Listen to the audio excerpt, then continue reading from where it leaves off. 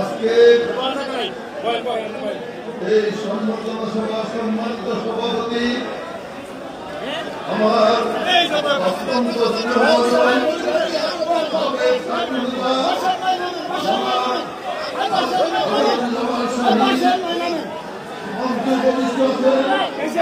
আমাদের প্রিয় নেতা আমাদের বৃহত্তর ময়মনসিংহের অভিভাবক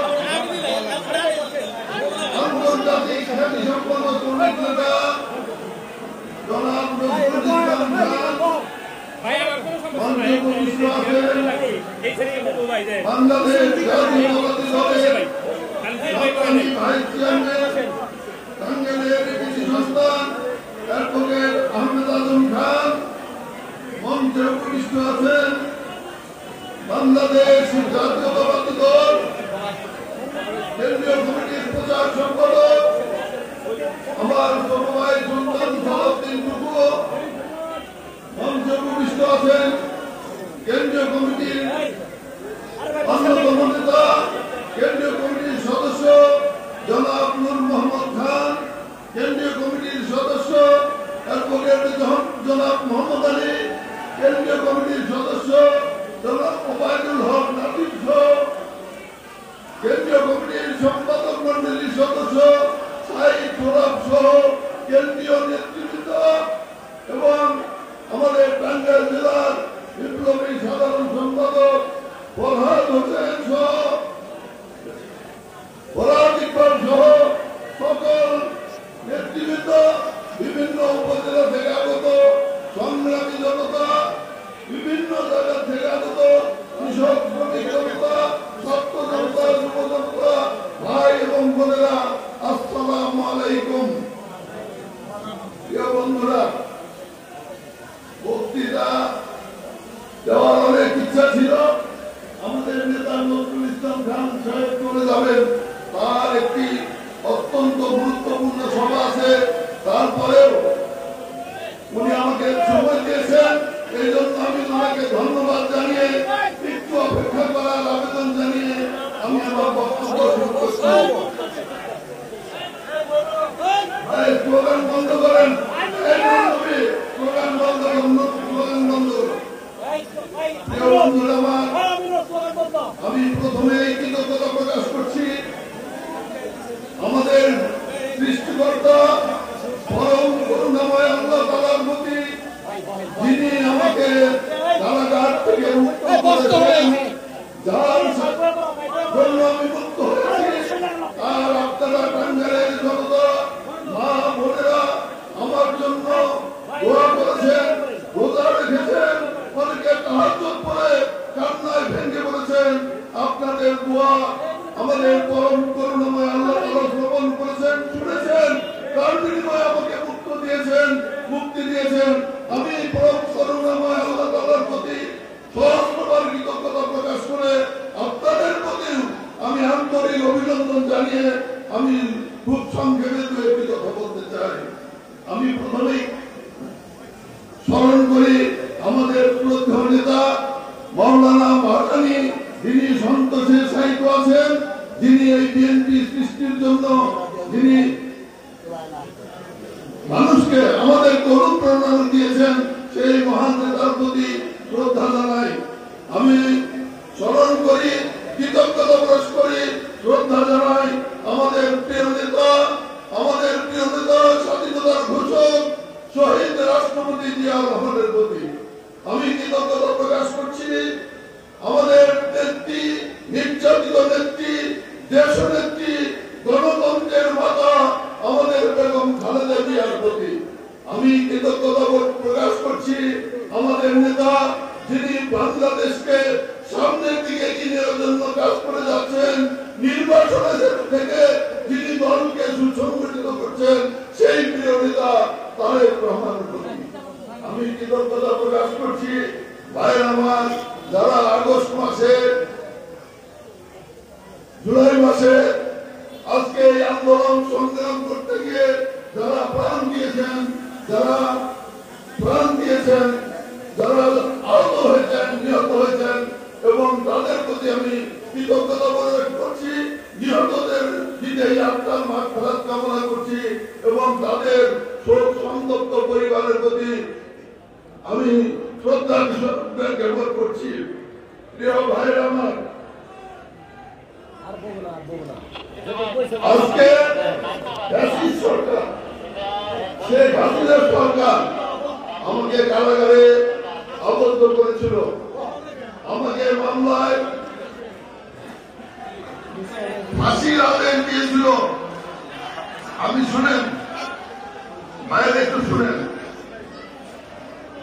ফাঁসির আদেশ দিয়েছিল। কিরকম ভয়াবহ নির্যাতন, কিরকম ভয়াবহ নির্যাতন তারা করেছে, এটা আপনারা যারা নির্যাতন দেখেন নাই তারা কিন্তু অনুভব করতে পারেন না। আমাদেরকে রিমান্ডে নিয়ে অমানসিক অত্যাচার করছে। প্রিয় বন্ধুগণ, আপনারা শুনলে অবাক হয়ে যাবেন যে আমি একজন মন্ত্রী ছিলাম, আমি বিএনপির কেন্দ্রীয় নেতা, সংগ্রাম করে আজকে এই পর্যন্ত এসেছি, সংসদ সদস্য ছিলাম। আমাকে যে নির্যাতন করেছে আপনাদের সামনে বর্ণনা করতে গেলে আপনারা কিভাবে সেটা গ্রহণ করবেন জানি না। আমি আমার সেই নির্যাতনের কাহিনী বলতে চাই না, শুধু একটি কথা বলতে চাই। একদিন এমন ভাবে আমাকে নির্যাতন করা হয়েছিল, সারা রাত্রি, পরের দিন সকালে কোর্টে অর্ধমিত অবস্থায় আমাকে চালান করা হয়েছিল। অর্ধমিত অবস্থায় কোর্টের বারান্দায় করেছিলাম। ম্যাজিস্ট্রেট আমাকে দেখে সেই দিন আবার রিমান্ডে চেয়েছিল, রিমান্ড না দিয়ে আমাকে জেলখানায় পাঠিয়েছিল। আর জেলখানায় পাঠানোর পর আমার চিকিৎসার ব্যবস্থা করেছিল, আর সেই চিকিৎসা হয়েছিল 5.5 মাস পর্যন্ত আমাকে হাসপাতালে থাকতে হয়েছে। তাহলে অনুভব করেন যে কি পরিমাণ নির্যাতন করা হয়েছিল। প্রিয় বন্ধুরা আমার, আমি আরো নির্যাতন দেখেছি। আমি যখন হাসপাতালে ভর্তি, আমি অনেক মানুষকে দেখেছি হাসপাতালে এসেছে 3 দিন 4 দিন থাকার পর তারা মৃত্যুবরণ করেছে। আপনারা কল্পনা করতে পারেন যে ড্রিল মেশিন দিয়ে আমরা কাজ সিদ্ধি করি, সেই ড্রিল মেশিন দিয়ে মানুষের হাঁটুকে সিদ্ধি করে দিয়েছে, মানুষের পিঠকে সিদ্ধি করে দিয়েছে এবং তারা হাসপাতালে কাটতে মৃত্যুবরণ করেছে। তাহলে উপলব্ধি করতে পারেন কি ফ্যাসিস্ট সরকার ছিল। আমার সাথেই আমাদের অনেক মৌলানা ছিল, মৌলানা সালাম।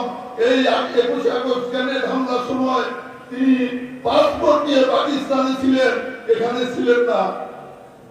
এখানে ছিলেন আব্দুল হাই সাহেব, আমাদের সাথে ছিলেন। তিনি সেই আরব দেশে তার পাসপোর্ট ছিল, আরব দেশে তিনি ইমামতি করছেন। মৌলানা তাহের সাহেব আরব দেশে ইমামতি করেছেন। এমন ভাবে তাদেরকে অত্যাচার করা হয়েছে যে জেলখানায় তারা মৃত্যুবরণ করেছে। তারা আমার চেয়ে অনেক বয়সে ছোট ছিল। কিন্তু বন্ধুগণ, যখন আমাদেরকে 1918 সালে ফাঁসি দেওয়া হইল, ফাঁসির আদেশ দেওয়া হইল, সেই ফাঁসির আদেশ দেওয়ার পরে কন্ডেম সেলে আমাদেরকে রাখা হয়েছিল। কন্ডেম সেল সম্পর্কে আপনাদের ধারণা আছে কিনা জানি না। কন্ডেম সেলে রাখা হয়েছিল। সেই কন্ডেম সেলে আমাদের উপরে কন্ডেম সেলে নির্যাতন করা হয়েছে, নিপীড়ন করা হয়েছে। দীর্ঘ 6 বছর একদিন রাত্রে দেখেছি আমার পাশের রুম, তার পাশের রুম থেকে মানুষকে নিয়ে ফাঁসির আকাশে ঝুলানো হচ্ছে। তখন আমাদের অন্তটা কেমন করেছে আপনারা নিজেরা উপলব্ধি করেন। এইভাবে নির্যাতন করতে করতে 20 সাল থেকে 24 সাল সরকার গঠনের আগ পর্যন্ত আমার পরিবারের সাথে পর্যন্ত একটি লোককেও দেখা করতে দেওয়া হয় নাই। কাজেই এই নির্যাতন একের পর এক, যদি আমি 22 দিন 25 দিন রিমান্ডে ছিলাম, প্রত্যেক দিনের নির্যাতনের কথা যদি আপনাদেরকে বলি আপনাদের লোম শিহরে উঠবে, গালা শিহরে উঠবে। সময় নাই, আমি বলতে চাই না, শুধু এই কথাই বলতে চাই, পরম করুণাময় আল্লাহ তাআলা অত্যাচার পাকিস্তানিদেরকে কোনোদিন ক্ষমা করে নাই, এই শেখ হাসিনাকে ক্ষমা করে নাই। আল্লাহ তাআলা সাথ দেন, কিন্তু আল্লাহ তাআলা ছেড়ে দেন না, শেখ হাসিনাকে ছেড়ে দেন নাই, ছেড়ে দেন নাই। প্রিয় বন্ধু আমার, আমি এখন আরো দু একটি কথা বলতে চাই। এই টাঙ্গাইলের মাটিতে আমি সংগ্রহণ করছি, আমার এলাকায় আমার পরিচিত ছোটবেলা থেকে টাঙ্গাইলে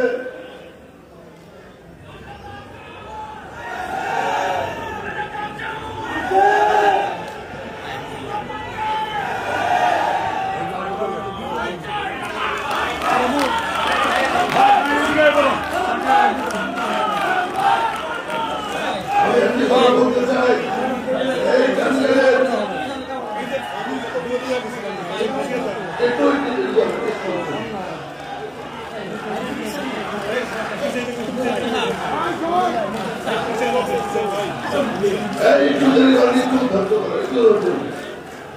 বন্ধুগণ কথা শুনে এই টাঙ্গাইলের গলি, এই টাঙ্গাইলের প্রত্যেক পাড়ায় আপুরটা করতে গিয়া ব্যাপারী পাড়া, থানা পাড়া, দেশের ব্যবসা সহ যে সমস্ত পাড়া আছে, প্রত্যেকটি পাড়া ছিল আমার রাজনীতির ঘাঁটি, আমার কোনো বাসা বাড়ি ছিল না। কিন্তু এই এলাকাগুলোকে আমি লালন পালন করছি, এই এলাকার সাথে আমার একটি আন্তরিক সম্পর্ক আছে, আন্তরিক স্থান এদের সাথে আমার আছে, আপনারা সবাই জানেন। সেই টাঙ্গাইলে রাজনীতি করতে গিয়ে আমি টাঙ্গাইলে থাকা অবস্থায় এমপি হয়েছিলাম। 1974 সাল থেকে আমি ওকালতি করি। প্রিয় বন্ধুগণ, আমি দেখেছি যে দেশ স্বাধীন হওয়ার পরে এই টাঙ্গাইলে কত হিন্দু মানুষের বাড়ি ছিল। কথাটি বলতে চাই একটি কারণে, আজকে ইন্ডিয়ান মিডিয়া আমার বিরুদ্ধে অপপ্রচার চালায়, আপনার দিল্লি CNN আমার বিরুদ্ধে অপপ্রচার চালায়। এই কারণে কথাটি উপস্থাপন করতে চাই, টাঙ্গাইলের যত হিন্দুদের বাড়ি ছিল সব আওয়ামী দখল করেছে। বলতে পারি, মান্নান সাহেব, শামসুর রহমান খান সাহেব শুরু করে যতগুলো বাড়ি দেখেন হিন্দু আওয়ামী লীগ দখল করেছে। রেণু চৌধুরী আপনারা সকলেই ছিলেন, উনি আমাকে একটা বাড়ি অফার করেছিল, আমাকে দেওয়ার জন্য উনি অত্যন্ত স্নেহ করতেন, আমাকে নেওয়ার জন্য বলেছে। আমার টাঙ্গাইল শহরে থাকার কোনো জায়গা নাই, তবু আমি হিন্দুদের বাড়ি নেই নাই এবং দখল করি নাই। আপনাদের কাছে বলতে চাই, যখনই কালীবাড়িতে বা কোন জায়গায় কোন রকম অশুভ সংবাদ পেয়েছি, আমি আব্দুল সালাম মিন্টু সেই জায়গায় পূর্ব উপস্থিত হয়েছি এবং সবাইকে শান্তিতে বসবাস করার জন্য একটি কাজ করেছি। আপনারা সেটা সকলেই জানেন। আজকে এই কথাগুলো এই কারণেই মনে করে দিতে চাই যে এই অপপ্রচার, আমার বিরুদ্ধে অপপ্রচার, সেটা অত্যন্ত অন্যায় এবং অত্যন্ত চক্রান্ত এবং ষড়যন্ত্রের একটি অংশ। প্রিয় বন্ধুগণ, আমার যত জুনিয়র আছে তাদের টাঙ্গাইল শহরে বাড়ি মালিক হয়েছে, আমি হতে পারি নাই। 3 বার মন্ত্রী হয়েছি, 3 বার এমপি হয়েছি, 1 বার মন্ত্রী হয়েছি। টাঙ্গাইল এবং ঢাকা শহরে আমার কোনো বাসা নাই। যতটুকু কাজ করেছি এই এলাকার মানুষের জন্য করেছি, জনগণের জন্য করেছি এবং জনগণের কাজ করেছি। একটি কথা বলতে চাই, একটি কথা বলতে চাই, ভাইয়ের আমার, অনেকে অনেক কথা বলেন, অনেক পরিবারের কথা বলেন।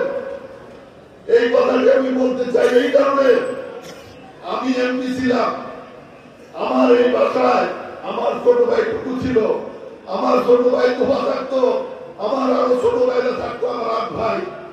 এই টাউন প্রাইমারি স্কুলের ছাত্র ছিল, বিন্দুবাসী স্কুলের ছাত্র ছিল। কোন সময় বলতে পারবেন সালাম পিন্টু এমপি ছিল, সালাম পিন্টুর ভাইরা কোন জায়গায় কোন কাজ করেছে, কোন জায়গায় অত্যাচার করবে, বিরোধ করবে করে নাই। এবং আমি বিশ্বাস করি সেই সময়ে আমি যখন এমপি ছিলাম, সেই সময়ে আমাদের ভাইকেও, কোন ভাইকে কেউ চিনত না, তারা কোন মানুষের সাথে কোন বেয়াদবি কোনদিন করেছে আমার অন্তত পক্ষে জানা নাই। আপনারা জানেন সেটা করেছে কি করে নাই। সেই জন্য এই কথাটি বললাম এই কারণেই যে কারো রথ কাটা গিয়েছে। আমার ছোট ভাই বলেছে কারো, আমি হাসপাতালে দেখেছি, আওয়ামী লীগের জেলখানায় দেখেছি, কারো পাও নাই, কারো হাত নাই, গ্রুপে গ্রুপে বাড়াবাড়ি হয়েছে এবং তারা সন্ত্রাসের রাজত্ব কায়েম করেছিল, সন্ত্রাসের রাজত্ব কায়েম করেছিল। প্রিয় বন্ধুগণ, বাংলাদেশ জাতীয়তাবাদী দল সন্ত্রাসে বিশ্বাস করে না, শান্তিতে বিশ্বাস করে। তাই বলতে চাই, আমরা যদি আবারও আমরা আপনাদের ভালোবাসাকে আপনাদের সাথে নিয়ে টাঙ্গাইল জেলাকে সন্ত্রাস মুক্ত, চাঁদাবাজ মুক্ত, মাদক মুক্ত টাঙ্গাইল করে তুলব ইনশাআল্লাহ। এখানে যেহেতু এই কথাটি আমার কর্মী সবাই ভালো ছিল, তারপর আমি বলতে চাই আজকে কিন্তু একটি মিলন মেলায় আপনারা সমবেত হয়েছেন, তাই না? আজকে কিন্তু দল প্রার্থীর বিশেষ এখানে এসেছেন। বাংলাদেশ জাতীয়তাবাদী দলের মধ্যে যে একটু গ্রুপিং ছিল সেগুলো তুলে গিয়ে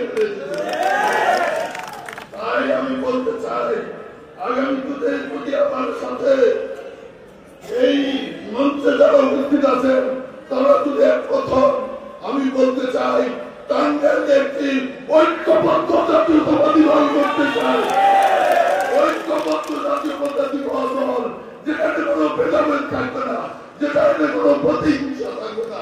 আপনারা কি রাজি আছেন? রাজি আছেন?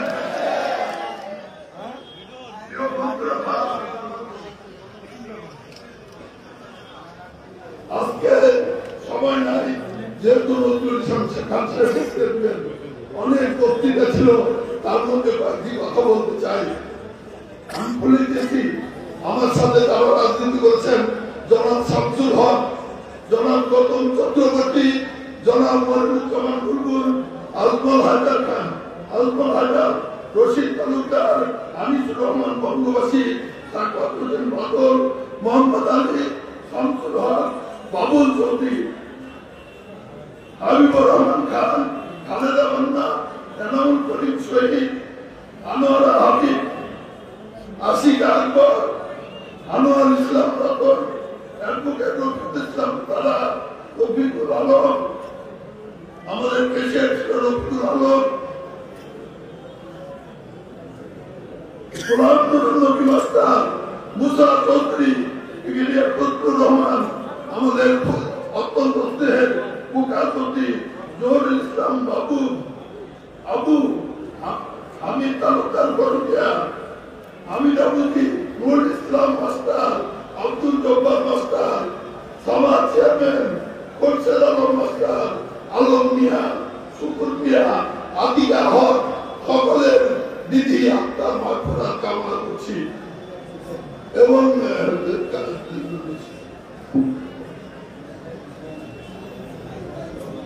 সকলের দিদি আত্মার মাগফিরাত কামনা করে শুধু একটি কথা বলতে চাই, আজকে মানুষের দ্রব্যমূল্য বৃদ্ধি পেয়েছে, ট্যাক্স বৃদ্ধি পেয়েছে, খাজনা বৃদ্ধি পেয়েছে, মানুষ আজকে হাহাকার করছে, ক্ষমতা তাদের নাগালের বাইরে চলে গেছে। আমি সরকারকে অনুরোধ করব যে আপনারা এগুলো সামাল দিতে পারতেছেন না। আজকে একটি গণতান্ত্রিক সরকারি বলে, একটি গণতান্ত্রিক সরকারি বলে গণতান্ত্রিক সরকারের মধ্য দিয়ে এই দেশের অবস্থান পরিবর্তন করতে পারে।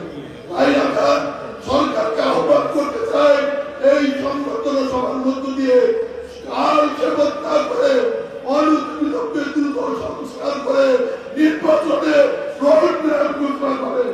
আপনারা রাজি আছেন? রাজি আছেন ভাইরা? হাত তুলে দেখান। এই রোড ম্যাপ ঘোষণা করা আহ্বান জানাচ্ছি।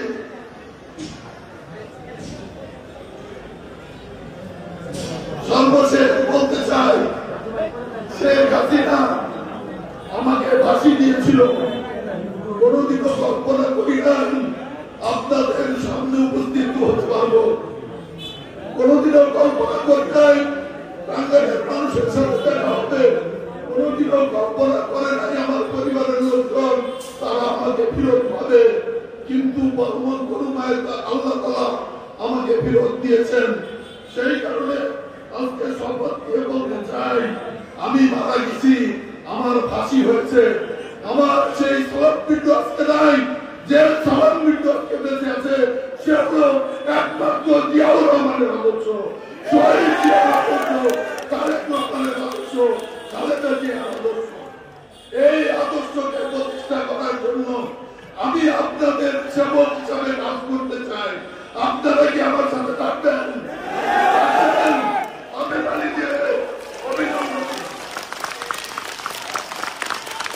বাকি কথা আমি মনে বলবো। বন্ধুরা, নজরুল ভাই বক্তৃতা দিলেন, বক্তৃতা শোনার আবেদন জানিয়ে সকলকে ধন্যবাদ দিয়ে আমার বক্তব্য শেষ করছি। বাংলাদেশ জিন্দাবাদ, শহীদ জিয়া অমর হোক, খালেদা জিয়া জিন্দাবাদ, দেশনায়ক তারেক রহমান জিন্দাবাদ জিন্দাবাদ। দক্ষিণে মঞ্চের থেকে সংগ্রামী সভাপতি বীর মুক্তিযোদ্ধা এম.এস. সালাম, সংগ্রামী সাধারণ দলিল লেখন সমিতি থেকে একটা মিছিল এসেছে। মঞ্চের ডান পাশে এই স্মৃতিস্তম্ভের মিছিল এসেছে, বিশাল মিছিল এসেছে। আমি তাদেরকে জননন্দিত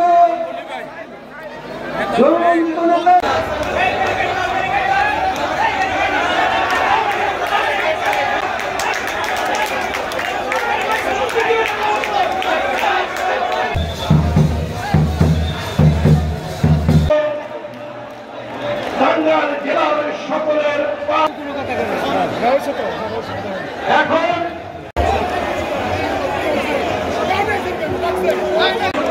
ছাত্র দলের যুগ্ম আহ্বায়ক রুবেল মঞ্চে যারা ছেলেমেয়ে বলেন টাঙ্গাইলের রাজপথে নেতৃত্বে একটা বিশাল মিছিল এসেছে।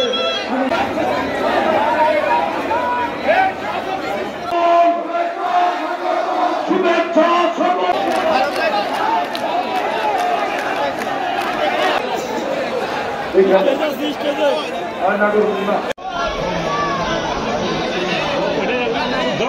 দক্ষিণে মঞ্চের থেকে সোজা দক্ষিণে রাস্তা পার হয়ে দোকানটা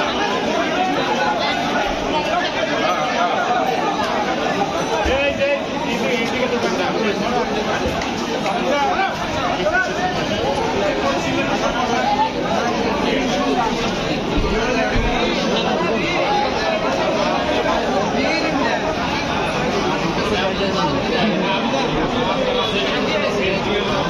গুলো